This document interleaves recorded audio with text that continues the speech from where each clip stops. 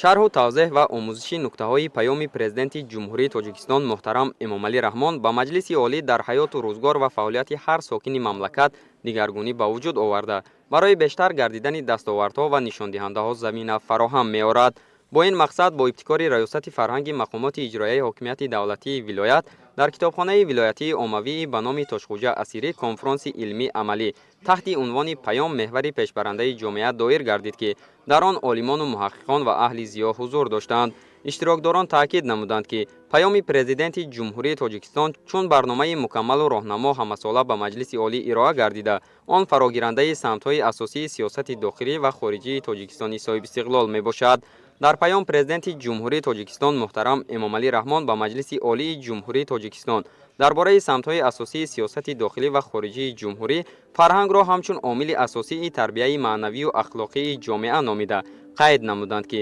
пайваста аз ҷониби ҳукумати ҷумҳурии Тоҷикистон вобаста ба таъриху фарҳанг ва тамаддуни миллати кӯҳанбунёди тоҷик дар дохили кишвар ва дар арсаи байналмилалӣ иқдомоти зиёде амалӣ гардида истоданд. ҳамин аст, ки давоми солҳои соҳибистиқлолӣ барои бунёду навсозии бинову иншооти соҳаи фарҳанг чораҳои саривақтӣ амалӣ гардонида шуданд.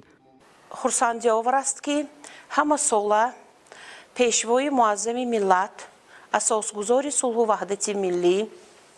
президенти ҷумҳурии Тоҷикистон ҷаноби олӣ муҳтарам Эмомалӣ Раҳмон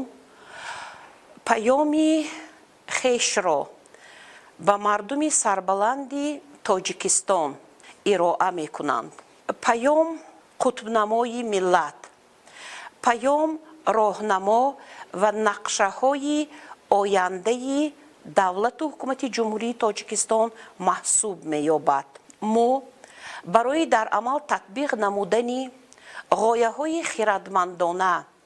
ва адолатпарваронаи муҳтарам Эмомалӣ Раҳмон боз ҳам камари ҳиммат мебандем ва дар равандҳои сиёсат,